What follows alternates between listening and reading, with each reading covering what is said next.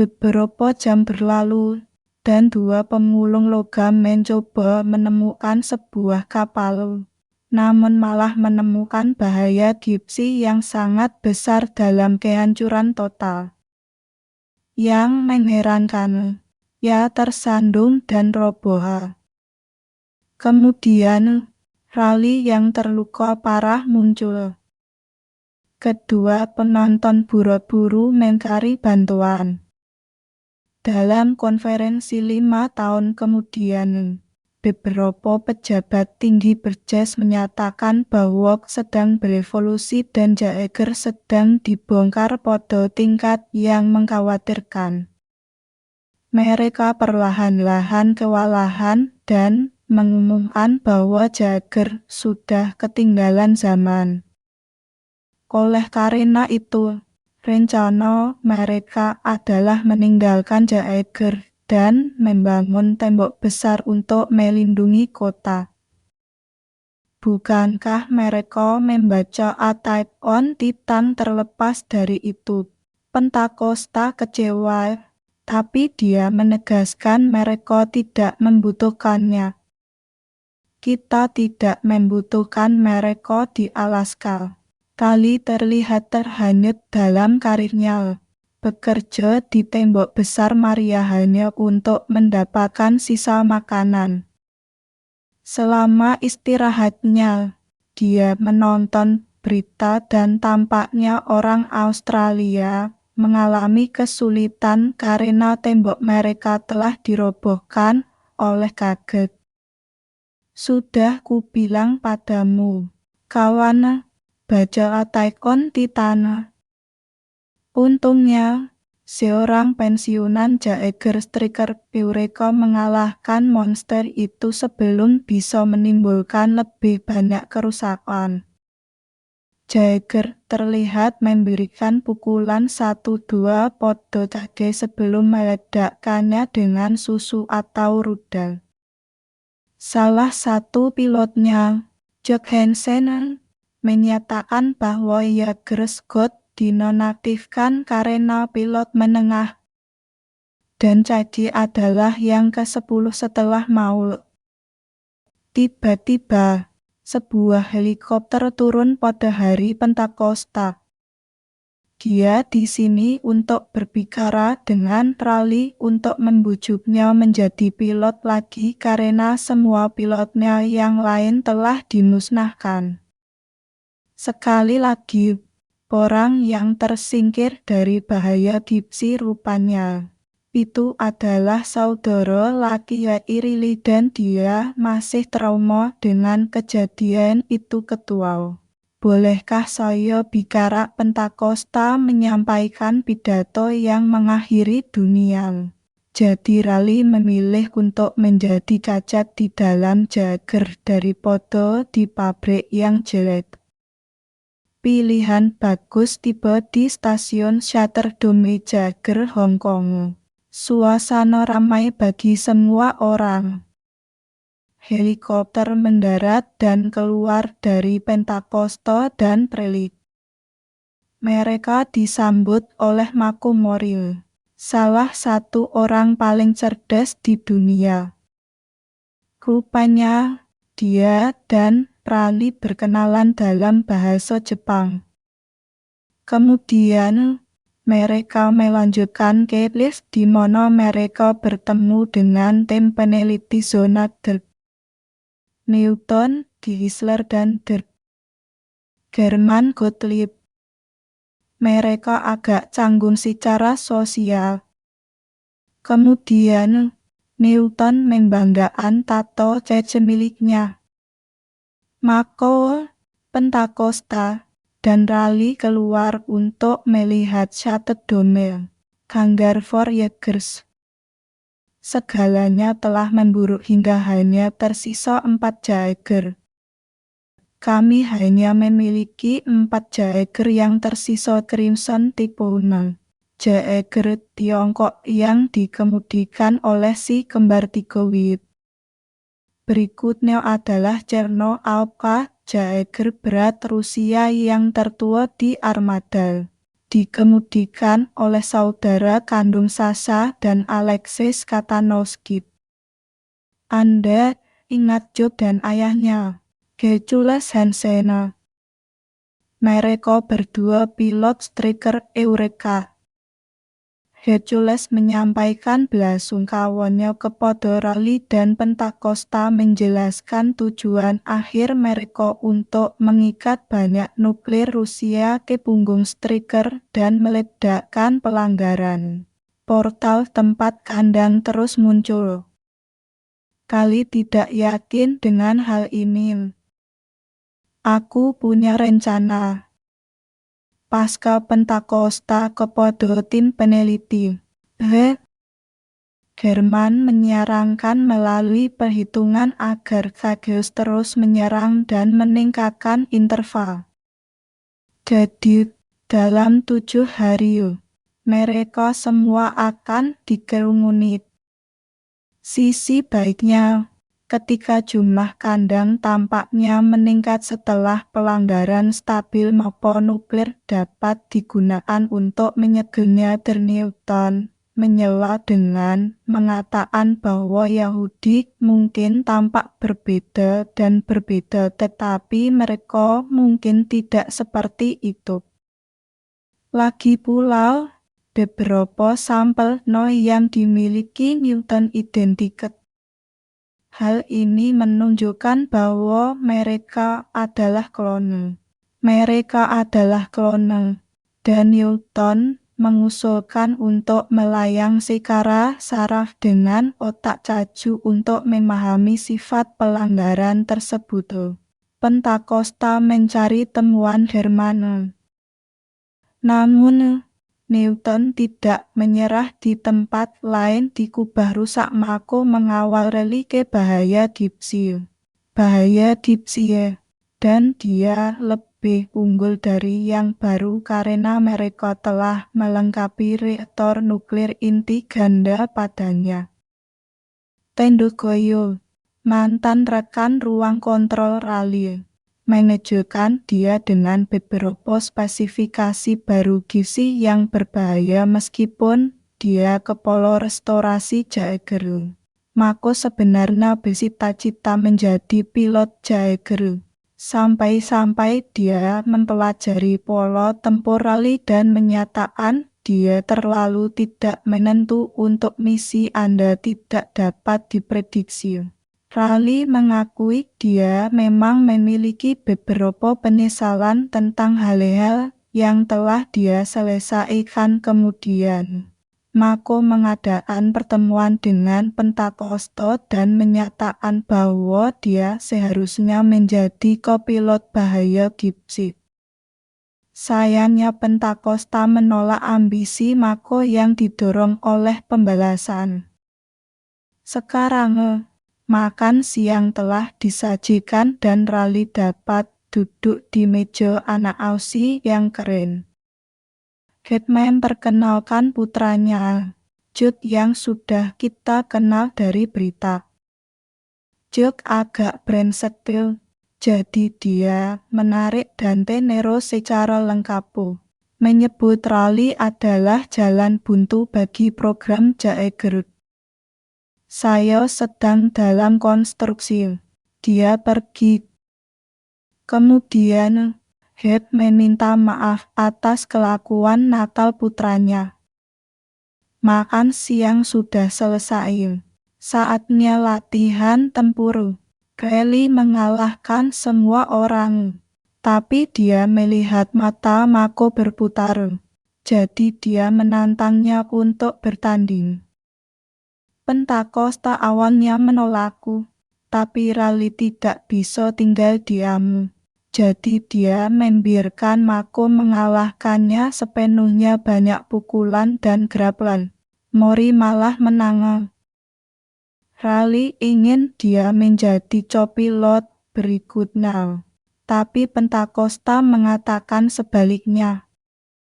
Dalam 2 jam, dia akan menemukan kopilotnya yang sebenarnya nanti. Raleigh mendekati Mako untuk mencoba dan membujuknya untuk memperjuangkan posisi kopilot. Tapi dia menerima sepenuhnya keputusan Pentakosta. Kami kompatibel dengan drift. Gane berbicara tentang Pentakosta di dalam lift. Dia mengalami sedikit pileko. Jadi dia menggunakan beberapa obat untuk itu. Kemudian kita dibawa ke ruang berita dan rapat umum, di mana kaum Yahudi benar menjadi liar dan menghancurkan kota-kota di tempat lain. Newton tidak bisa menerima kekalahan, jadi dia menjadi juri memasang mesin drift. Meskipun langkahnya berisiko, dia mengaktifkannya dan dia berhasil melayang bersama Joe. Dia melihat sekilas dunia cajuk, tapi mesinnya mati, dan Der Herman mencoba membawanya kembali dari sana. Sementara itu, Pentakosta mengunjungi kamar Mako untuk menyetujui bahwa dia akan menjadi kopilot baru Raleigh. Raleigh terkejut dengan hal ini, dan jabat tangan saraf dimulai. Dia memberinya beberapa tips untuk tetap tenang tentang ingatannya. Mereka menyingkronkan secara neural, dan ini berhasil. Berbicara truk, Herman menyerbu ke dalam ruangan di tengah-tengah penyimpangan saraf. Dia menarik Pentakosta ke samping karena masalah yang mendesak. Newton mengalami penyimpangan saraf dengan otak kaiju. Dia terguncang tetapi membutuhkan waktu sejenak untuk menyatakan bahwa kaiju mungkin tidak buas seperti yang dipikirkan mengingat mereka serangan sistematis di bumi. Mengikuti perintah dan penyerangan Victor di bawah perintah. Semua kaiju yang menyerang memang dibiarkan dan dikoning terkejut. Pentakosta meminta Newton untuk melayang lagi, mungkin kali ini dengan kaiju baru. Gypsy Danger melakukan beberapa peregangan.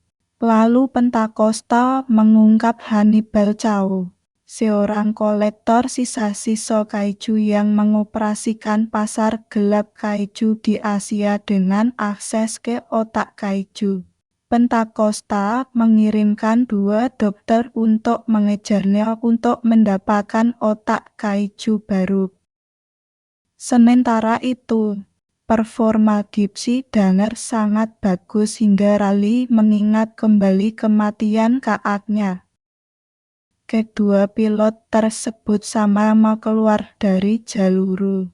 Namun Mako mulai terjebak dalam kenangannya, yang membuatnya terjebak dalam ingatannya saat mati-matian mencari orang tuanya di zona perang kaiju.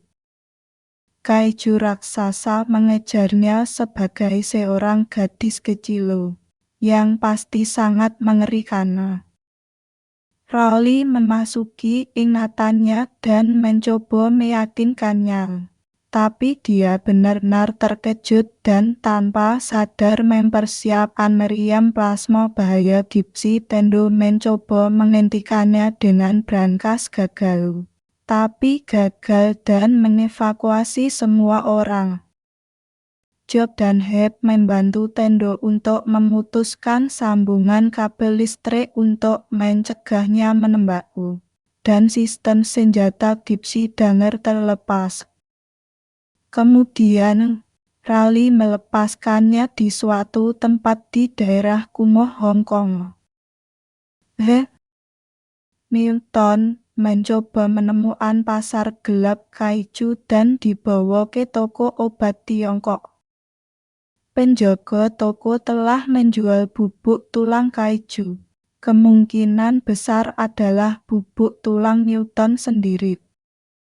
Dia menolak dan mencari Hannibal Chow sebagai gantinya. dia diarahkan ke basement, dan itu adalah impian setiap kaiju fan. Sebuah ruangan yang berisi bagian tubuh kaiju dalam kondisi murni. Kemudian dia bertemu dengan Hannibal Chow yang terkenal. Kembali di pangkalan, Jock dengan keras berdebat dengan Heck dan Pentakosta tentang bagaimana Mako hampir membuat lubang di pangkalan. Jock muncul dari pertemuan untuk menghina Mako jadi Raliu. Dipicu oleh kemarahan, membalas dan melempar pukulan, tetapi bahkan tidak bisa mendarahkan pukulan. Dan Jock ditahan oleh ayahnya.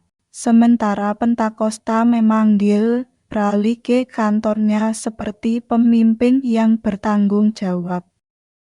Itu adalah kesalahanku yang akui Pentakosta. Dia menghukum Mako sampai dia memahami kesalahannya. Mako minta diri dan Pentakosta menyatakan dia terlalu tidak stabil karena kenangannya. Raleigh membagikan apa yang dia lihat dalam pikirannya, yang mengingatkannya pada saat Mako kecil diselamatkan secara pribadi oleh Pentakosta selama pengepungan kaiju. Raleigh berusaha menarik emosi Pentakosta, tapi dia menjelaskan dengan jelas bahwa dia tidak ingin hati sanubarinya ditarik. Keesokan harinya saat makan siang, semua orang terdiam setelah melihat Raleigh, dan dia bergabung dengan Mako untuk kencan makan siang kecil yang mengakibatkan dia meminta maaf. Sebagai permulaan Grace itu menantang. Karena penyimpangan mereka yang dalam, Mako menyaksikan peristiwa traumatis kematian Yancy Beckett di ruang kendali. GLaDOS mendeteksi kaiju baru yang muncul dari penerobosan. Jadi semua orang ke stasiun pertempuran mereka Topan Merah dan Channel Alpha Team bersiap untuk mengamankan pelabuhan, sementara tim Striker berjaga. Tim Deep Sea Dinger akan tetap di posisinya. Para Jaegers dikerahkan dan diterbangkan ke garis pantai di mana Channel Alpha dan Crimson Typhoon telah mencapai posisi mereka dan siap untuk menyerang. Kembali ke daerah kumuh Boning, Hannibal mengambil tembakan ke arah para penyembah Yahudi sementara Newton meminta otak kaiju baru secara khusus. Otak sekunder karena otak primer membusuk dengan cepat. Yang saya maksud adalah otak sekunder. Hannibal penasaran dengan tujuannya dan itu adalah informasi rahasia tunggu. Newton membocorkan rahasia dan mengatakan kepadanya bahwa dia berencana untuk melayang dengan otak kaiju karena percaya bahwa mereka semua memiliki pikiran yang sama. Hannibal menyadari bahwa dia sudah melakukannya. Kembali ke aksi, Topan Merah adalah tersapu oleh Otachi, yang bangkit untuk melakukan formasi Thundercloud, memanfaatkan 3 busaus. Itachi teriris seperti sushi, tapi dia menyerap setengah pukulannya dan mengangkat Typhoon. Tapi mereka melawan grapple dan melemparkannya ke siku Channel Alpha. Sayangnya, mereka terjatuh. Tiba-tiba, Striker ingin pindah saat Typhoon dipenggal. Alpha menyerang, tapi Odotachi meludahkan asam ke lambung mereka. Striker masuk untuk memberikan asisten, tapi kemudian Leatherback dan Otachi mengeroyok Alpha. Striker mengejar Itachi, tapi Leatherback akhirnya menghancurkan Channel Alpha. Meninggal dunia. Striker berhasil mempertahankan zonanya sampai Leatherback meledakkan dari punggungnya. Semua Jagger itu digital, jadi mereka dikeluarkan. Sampai Rally mendorong Gypsy dan Nero. Karena ini adalah nuklir analog. Analogi Gypsy, dua kaiju sekarang menuju kota, dan Hannibal tidak menyukainya. Newton pada dasarnya memberikan informasi kepada musuh berkat penyimpangan kecilnya. Jadi dia diusir dari toko.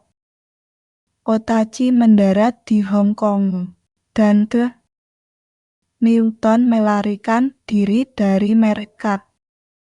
Di Lauto, Leatherback menjaga Striker Eureka yang dinonaktifkan. Dua ayah dan anak ini berusaha melakukan sesuatu yang benar-benar bodoh, menembakkan pistol suar ke mata Leatherback tepat ketika dia hendak memukul kedua manusia itu dengan tanah. Ini dia seorang pemberani, itu bahaya Gypsy. Ini menghilangkan organ Leatherback, tapi dia melempar Gypsy.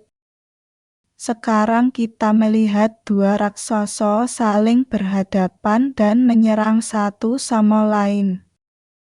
Gypsy memukul penyu belimbing, namun ia melawan. Tak lama kemudian kedua raksasa itu saling melemparkan puing-puing sampai Leatherback menyerang sekali lagi. Gypsy kemudian melepaskan rentetan plasma ke Leatherback dan mengubahnya menjadi keju Swiss Cheese Kaiju. Untuk memastikan semuanya berakhir, mereka memeriksa denyut nadinya. Mari kita periksa. Jadi, mereka mulai melakukan peledakan. Tidak ada pulsa, permainan berakhir untuk Leatherback. Kembali ke bunker kaiju. Newton mengira itu adalah antrean prasmanan dan Otachi tahu dia ada di dalam. Itu benar karena Otachi menerobos masuk untuk mencoba menggalinya, bahkan mengendusinya dengan lidahnya yang bercahaya.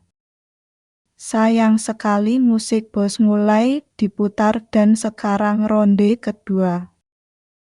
Gypsy melakukan waxing pada wajah Otachi dengan kapal tanker minyak beberapa kali sebelum dibuang. Otachi berlari dan bersembunyi di hutan kota.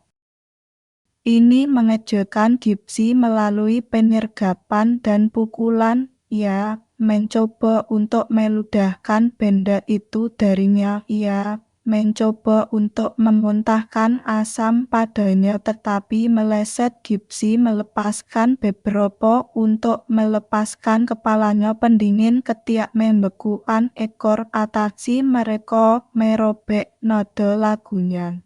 Jadi tidak aktif. Itachi memulai upaya terakhirnya dengan cakar Itachi pada Gypsy dan melebarkan sayapnya. Ia dengan biadab mencakar dan terbang Gypsy. Gypsy diterbangkan ke ketinggian tertinggi. Ia memiliki satu trik terakhir di lengan bajunya, atau lebih tepatnya pergelangan tangannya. Pedang rantai, seperti pizza pemotong. Itachi baru saja berubah menjadi Super Popot John. Tentu saja, ini menyebabkan Gypsy jatuh dari langit dan mengalami kelelahan saat masuk kembali. Luar biasa, itu menahan pendaratan dan kerumunan menjadi liar setelah pertarungan. Berencana Hannibal untuk mengambil alih sisa. Tapi Newton muncul untuk mengumpulkan otak Junya. Anda mengikat otak Anda kembali ke pangkalan. Dua pahlawan bahaya Gypsy dirayakan, bahkan mendapatkan penghormatan dari dua Hansono. Pentakosta mengucapkan selamat kepadanya. tetapi tidak ada waktu untuk merayakan dan tidak waktunya berduka. Pentakosta bocor sedikit lagi. Tapi dia baru saja memerintahkan untuk mengatur ulang jam perang hewan. Manusia sudah mengais bagian, termasuk kotak sekunder juga buruk, terlalu rusak untuk dipanen, tetapi kemudian mereka mendengar detak jantung kedua. Itu hamil, sedang hamil. Biarkan jeritan dimulai karena bayi Otashi sedang mengamuk. Ia pergi setelah tengah hari, tetapi ia menggunakan tali pusarnya sendiri sebagai jerat. Tidak mau. Hannibal mencemooh, tetapi dia segera berubah menjadi makanan bayi. Ia mengaum untuk terakhir kalinya dan lalu menggigit debu kembali ke pangkalan. Crowley mengetahui Pentakosta terkena penyakit radiasi dari semua kandang kalian berkelahi. Dia sudah berada di satu lagi dan itu tangga menuju surga untuknya. Tiba-tiba Yahudi sudah terdeteksi. Sakit tidak bisa mengemudikan striker, tapi Gipsy disuruh pergi. Newton menyiapkan mesin driftnya. Lalu German menawarkan untuk melayang dengan ritme. Pangkalan sudah sibuk untuk serangan yang datang. Nintendo didekati oleh Jobu. Dia mengeluh bahwa tidak ada yang akan mengemudi bersamanya karena lengan ayahnya disakiti oleh para dewa. Ada keinginanmu yang terkabul. Pentakosta cocok. Mako jelas prihatin, tetapi Anda tidak dapat melakukan apapun untuk menghentikan Pak Tua itu. Pentakosta mendatangkan semua orang untuk satu pidato yang kurang mulia untuk Valhalla. Juk khawatir bagaimana dia dan Pentakosta drifting. Tapi dia menganggapnya sebagai orang brengsek egois dengan masalah ayah yang terlalu mudah untuk dipahami oleh Pentakosta, dan Juk setuju bahwa mereka akan hanyut baiki. Juk mengatakan apa yang bisa menjadi perpisahan terakhirnya kepada ayahnya.